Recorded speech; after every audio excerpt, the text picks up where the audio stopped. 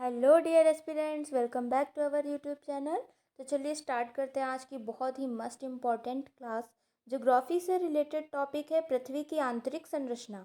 तो इसके बारे में आज हम पढ़ेंगे और यह बहुत ही इम्पॉर्टेंट टॉपिक है क्योंकि इससे हर गवर्नमेंट एग्जाम्स में बार बार क्वेश्चंस पूछे जाते हैं। तो इसको स्टार्ट से लेके एंड तक ज़रूर देखिएगा। और ये बहुत ही छोटा सा टॉपिक है तो ज़्यादा देर भी नहीं लगेगी और फटाफट से इसको समझते हैं, ठीक है। पृथ्वी की आंतरिक संरचना को मुख्य रूप से कितने भागों में बांटा गया है? तो पृथ्वी की जो आंतरिक संरचना है उसे मुख्य रूप से 3 भागों में बांटा गया है। पहला है भूपर्पटी, मेंटल और क्रोड।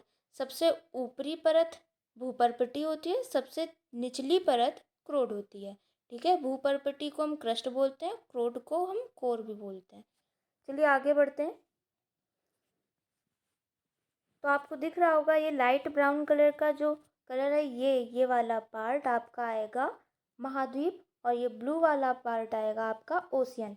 जो महासागर होते हैं वहाँ पर क्रस्ट की चौड़ाई बहुत ही कम होती है और महाद्वीपों में क्रस्ट की चौड़ाई ज़्यादा होती है, ठीक है। इसके निचले वाला पार्ट आएगा आपका मेंटल। ये वाला है क्रस्ट, ये क्रस्ट है। क्रस्ट से नीचे मेंटल आएगा, क्रस्ट से नीचे मेंटल आएगा, मेंटल से नीचे कोर आएगा। कोर को 2 पार्ट्स में डिवाइड किया गया है, outer core and inner core. जो आउटर कोर होता है वह लिक्विड फॉर्म में होता है और इनर कोर कठोर सॉलिड होता है। आउटर कोर तरल होता है और जो इनर कोर होता है वह कठोर होता है, ठीक है।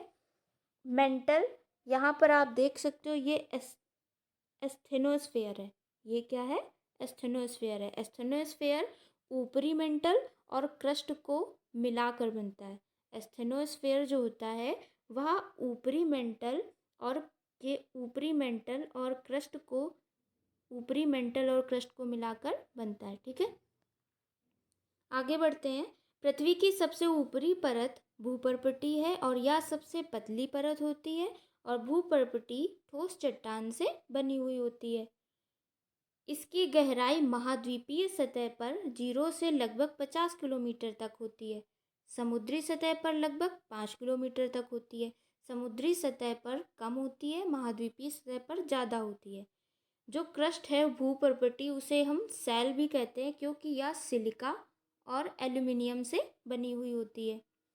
महासागर की परपटी मुख्य रूप से सिलिका और मैग्नीशियम से बनी हुई होती है क्योंकि ऊपरी मेंटल का भाग सब ऊपरी मेंटल के बाद कौन सी आती है? क्रस्ट आती है ना। तो ऊपरी मेंटल के बाद क्रस्ट आती है। तो सबसे जो 5 किलोमीटर में जो आपका सबसे आंतरिक जो क्रस्ट होगा, तो 2 भाग होते हैं क्रस्ट के। तो इनर क्रस्ट जो होगा उसमें मेंटल का भी कुछ तत्व मौजूद होंगे। तो इसलिए यहाँ पर क्या होता है, महासागर की जो भूपर्पटी है उसमें सिलिका और मैग्नीशियम से वह बनी होती है। आगे बढ़ते हैं। पृथ्वी के आयतन का क्रस्ट लगभग 1% होता है। जो क्रस्ट है वह सबसे पतली परत होती है, इसलिए पृथ्वी के आयतन का यह कितना परसेंट होती है? तो टोटल 1% होती है। मेंटल सबसे ज़्यादा आयतन घेरता है, यह 84% होता है और कोर का आयतन 15% होता है। यह आपको याद रखते हुए चलना है ये सारा। पृथ्वी की त्रिज्या कितनी होती है? तो पृथ्वी की त्रिज्या होती है 6371 किलोमीटर। 6371 किलोमीटर पृथ्वी की त्रिज्या होती है। पृथ्वी की गहराई में जाने पर ताप और दाब क्या होता है? बढ़ता जाता है। पृथ्वी की गहराई में आप जाओगे तो ताप और दाब बढ़ेगा, टेम्परेचर और प्रेशर दोनों बढ़ते जाते हैं। मेंटल भूपर्पटी के नीचे स्थित होता है। मेंटल क्रस्ट के नीचे मेंटल और मेंटल के नीचे कोर होता है, ठीक है। तो मेंटल भूपर्पटी के नीचे स्थित होता है। मेंटल को हम सीमा भी बोलते हैं क्योंकि जो मेंटल होता है वह सिलिका और मैग्नीशियम से बना हुआ होता है। मेंटल का जो द्रवीय भाग है, मेंटल का ऊपरी मेंटल जो है, ऊपरी मेंटल उसका जो द्रवीय भाग है उसे हम दुर्बलता मंडल कहते हैं। अभी हमने पढ़ा था कि दुर्बलता मंडल कहते हैं जिसे हम एस्थेनोस्फेयर भी कहते हैं। तो जो एस्थेनोस्फेयर है यह मेंटल का ऊपरी हिस्सा है, ऊपरी मेंटल है। यह पृथ्वी की सतह के नीचे लगभग 100 किलोमीटर से 410 किलोमीटर के बीच स्थित होता है। यह मैग्मा का मुख्य स्रोत है। आपने देखा होगा वॉल्केनो यानी ज्वालामुखी से जब लावा निकलता है तो वह आंतरिक रूप से मैग्मा होता है। तो मैग्मा ही वॉल्केनो से बाहर निकलता है तो उसे ही हम लावा कहते हैं। ठीक है, यह वह परत है जिसके ऊपर स्थल मंडलीय प्लेट्स चलती हैं। ठीक है, मान लीजिए कि ये है भूपर्पटी वाली प्लेट, ये महाद्वीपीय प्लेट है, ये महाद्वीपीय प्लेट है और ये क्रस्ट पर है। ठीक है, और इसके नीचे आपका आएगा लिथोस्फीयर, या किस फॉर्म में है, लिक्विड फॉर्म में। और इसमें जो है यहाँ पर प्रेशर बहुत लगता रहता है, तो ये जो प्लेटें हैं आपस में आप पास भी आती हैं और एक दूसरे से दूर भी जाती हैं।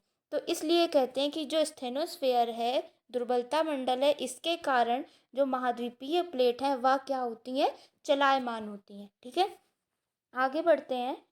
भूकंपीय तरंगे जो हैं उनके लिए दुर्बलता मंडल को निम्न वेग क्षेत्र कहा गया है। जो दुर्बलता मंडल क्षेत्र है तो भूकंपीय तरंगों के लिए कैसा है, या निम्न वेग क्षेत्र है। पृथ्वी की संरचना को सबसे पहले किसने बताया था?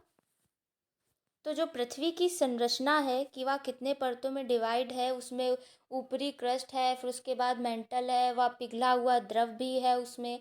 ठीक है, सबसे आंतरिक कोर जो है वह कठोर है और उसके ऊपर वाला core, outer core, liquid form में है। यह सब किसने बताया था?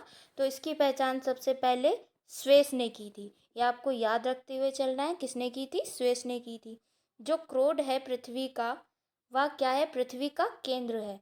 ठीक है, ये है पृथ्वी, तो क्रोड आपका यहाँ पर आएगा और इस क्रोड से बाहर ये वाला पार्ट आएगा आपका इनर मेंटल, और ये वाला पार्ट आपका आएगा आउटर मेंटल यानी ऊपरी मेंटल, और ये वाला पार्ट आपका आएगा क्रस्ट। ठीक है, तो इस तरह से आपको समझते हुए चलना है कि सबसे पहले जो क्रोड है वह दो भागों में डिवाइड किया गया, बाह्य क्रोड और आंतरिक क्रोड। जो कोर है उसे हम निफे भी कहते हैं। तो निफे क्यों कहते हैं? निफे Ni से निकिल, Fe से आयरन। तो जो कोर है वह निकिल और आयरन से बना हुआ है, इसीलिए हम इसे निफे भी कहते हैं। बाहरी कोर तरल अवस्था में है और आंतरिक कोर ठोस है। ठीक है, जो आउटर कोर है वह लिक्विड फॉर्म में, इनर कोर ठोस है।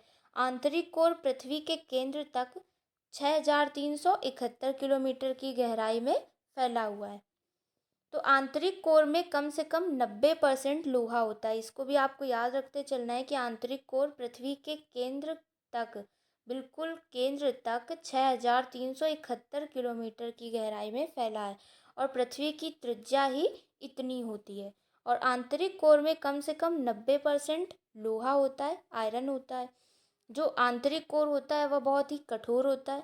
बाहरी कोर लिक्विड फॉर्म में होता है यानी तरल होता है।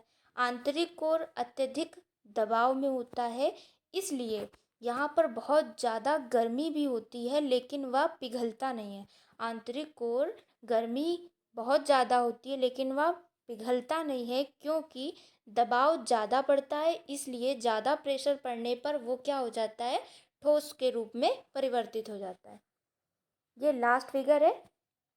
आंतरिक कोर का तापमान 5700 डिग्री सेल्सियस तक पहुंच सकता है। ठीक है, इसकी गहराई के हिसाब से चलेंगे तो 0 से 30 किलोमीटर तक ऊपरी क्रस्ट होती है, 30 से 200 किलोमीटर निचली क्रस्ट होती है, 200 से 700 किलोमीटर ऊपरी मेंटल, 700 से 2900 निचली मेंटल, 2900 से 5150 बाय क्रोड होता है, और 5150 से 6371 ये क्या होता है, आंतरिक क्रोड होता है। ठीक है, यहाँ पर ये बहुत ही इंपॉर्टेंट लाइंस हैं, ये बार बार एग्जाम्स में पूछी जाती हैं। तो आपको एक ट्रिक है, इससे याद करना है कि सीएम रोज गिफ्ट लाते हैं, सीएम रोज गिफ्ट लाते हैं, इसका सीक्वेंस पूछा जाता है, इसलिए ये ट्रिक आपको बस याद रख लेनी है और ये अपने आप वहाँ पर ऑप्शन देख के ही आप टिक कर दोगे। ठीक है, तो सी से कोनार्ड, एम से मोहो, गिफ्ट का जी से रोज से रैपिटी, गिफ्ट से गुटेनबर्ग एंड लाते हैं लेमैन। तो Conrad line, Moho line, Repetti line, Gutenberg line and Lehmann line, crust है ये पूरा। ठीक है, ये पूरा क्रस्ट है और ये मेंटल है। तो ये वाली जो लाइन है इसे हम क्या कहेंगे, मोहो लाइन। और मोहो लाइन के नीचे आती है आपकी रैपिटी लाइन, रैपिटी के नीचे गुटेनबर्ग और इसके नीचे लेहमैन। आई होप आपको ये वीडियो पसंद आया होगा, आपको फैक्टफुल सारी इम्पॉर्टेंट चीज़ें लगी होंगी। ठीक है, तो आई होप आप इस वीडियो को लाइक, सब्सक्राइब और शेयर ज़रूर करेंगे। मिलते हैं ऐसे ही मोस्ट इम्पॉर्टेंट क्लास के साथ नेक्स्ट वीडियो में।